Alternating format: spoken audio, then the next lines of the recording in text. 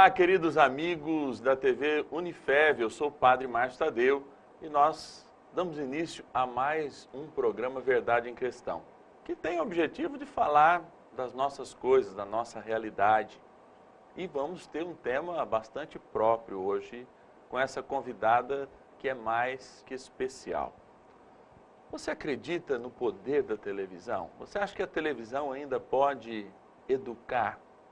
Você acredita, por exemplo, que televisões como a nossa, regionais, podem falar a voz do povo e podem trazer a boa notícia e formar ética e justamente a população? A nossa convidada de hoje é a irmã Celeste. Irmã Celeste é presidente da diretoria executiva da Rede Vida de Televisão e, passando por Votuporanga, nos deu essa oportunidade de conversar um pouquinho com ela. Bem-vinda, irmã. Obrigada pelo convite, obrigada por estar aqui.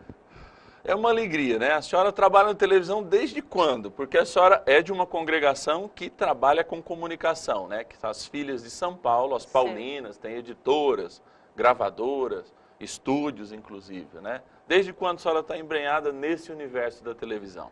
Bom, eu iniciei a minha carreira vocacional, né, para a missão da comunicação desde adolescente. Mas, assim, especificamente nos meios, isso já faz alguns anos, porque teve todo o processo, inclusive, de formação tanto para a vida religiosa quanto a formação profissional na área de jornalismo.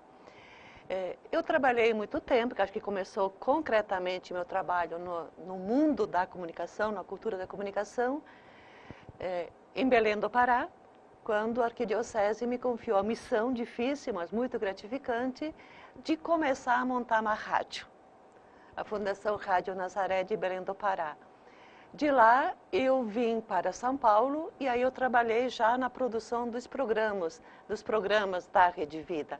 Eram programas produzidos por paulinas, mas veiculados na Rede Vida. E depois, então, o segundo passo muito decisivo foi quando eu fui para a TV Horizonte, na Arquidiocese de Belo Horizonte.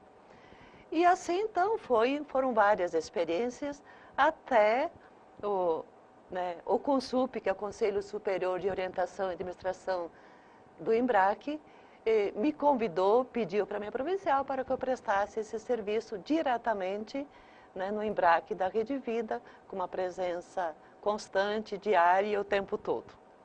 Eu acho que a grande pergunta que a gente tem ainda quando fala de televisão é o papel e a força da televisão. Alguns já preveem, inclusive, que a televisão tenha um fim. Eu acho e duvido muito, porque acho que foi a mesma história da rádio, né? Quando a televisão nasceu, em 50, que chegou no Brasil, a primeira transmissão, agora a rádio acabou, a novela da rádio, e a televisão acabou meio que trazendo muitas coisas da rádio, e a rádio ainda é uma força de comunicação muito importante. Qual que a senhora acha que é o papel ainda hoje da televisão na família brasileira? Porque ainda nós somos mote de valores, né? Somos e acessamos a todas as idades, enfim, todos os perfis. Qual é que é esse papel da televisão hoje, especificamente de uma televisão como a nossa aqui, né? A TV Unifev, que é uma TV regional, ela produz um conteúdo regional que fala a linguagem das pessoas aqui. Qual que é a importância disso tudo para a comunicação como um todo? Sim, retomando um pouco seu pensamento, sua reflexão, quando o rádio surgiu, também se pensava que o livro tivesse acabado. Em vez, o livro continua vivo e forte como sempre. Quando a TV surgiu, você disse muito bem, a ideia é que o livro tinha acabado e o rádio também. Tudo bem. Hoje a gente já prevê algo diferente, com o surgimento das mídias sociais, né? Das mídias digitais.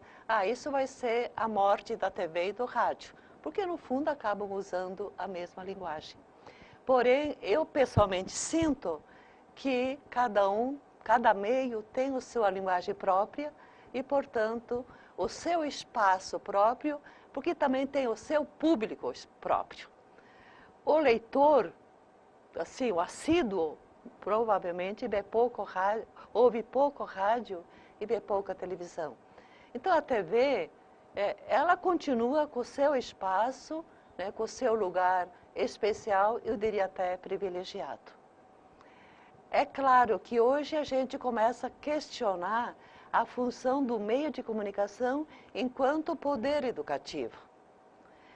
Sobretudo nos meios, nas emissoras abertas, onde tudo acontece. Que é diferente, eu entendo, do meio, tanto rádio quanto TV, colocado numa escola, numa faculdade de comunicação, que tem como objetivo, né, a formação, a educação, né, acadêmica, profissional também. Então eu vejo assim com muitos bons olhos e eu sinto a força que a TV, né, educativa, de uma faculdade tem, exatamente para ampliar o conhecimento acadêmico ministrado dentro da própria faculdade. Então eu vejo assim, tem a força, tem o meio em si, mas também tem toda uma estrutura educacional que continua, né, que é ampliada pelo meio, no caso pela televisão. E sendo, como o nosso caso aqui desse programa, numa televisão regional, então tem uma força muito maior, porque consegue captar, né, as situações, a realidade local, traduz numa linguagem televisiva essas mesmas situações e devolve uma chave de leitura dessa mesma realidade, né, pela linguagem televisiva. Então eu sinto que tem um valor, uma importância muito grande, uma contribuição, eu teria mais uma grande responsabilidade também com esta educação, né, nesse contexto muito bem marcado, definido, que é o regional, o espaço onde ela alcança. A linguagem de uma TV regional, ela é própria, né, Sim. da sua região. Eu não vou transmitir, vamos dizer assim, é claro que existem programas que poderiam ter uma repercussão nacional, como de fato falam uma linguagem ampla, mas outros que têm que se apropriar também das coisas do povo, da realidade do povo, da sua sociologia, né, do seu jeito de viver, etc. e tal, porque é importante a comunicação falar a linguagem das pessoas. Mas aí eu fico sempre pensando, irmã, ela tem que falar a linguagem das pessoas, mas será que toda linguagem vale a pena na televisão? Porque a gente tem visto a desconstrução de valores, como a família, etc. e tal, mas mesmo assim essas pessoas que desconstroem os valores cantando músicas assim, que não vale aqui a pena julgar que tipo de músicas são, etc. e tal, ao mesmo tempo elas têm esse discurso de família, né, esse discurso, vamos dizer assim, padrão, do que a gente acha ainda que é certo, né? Alguns valores fundamentais. Mas a gente percebe que essas pessoas trazem antivalores, né? A forma da música violenta, sei lá, aquele funk que fala de tiro, a moça seminua, etc e tal, né? Que tem o nome até de uma chocolatada, não vou até nem reproduzir o nome aqui, não é?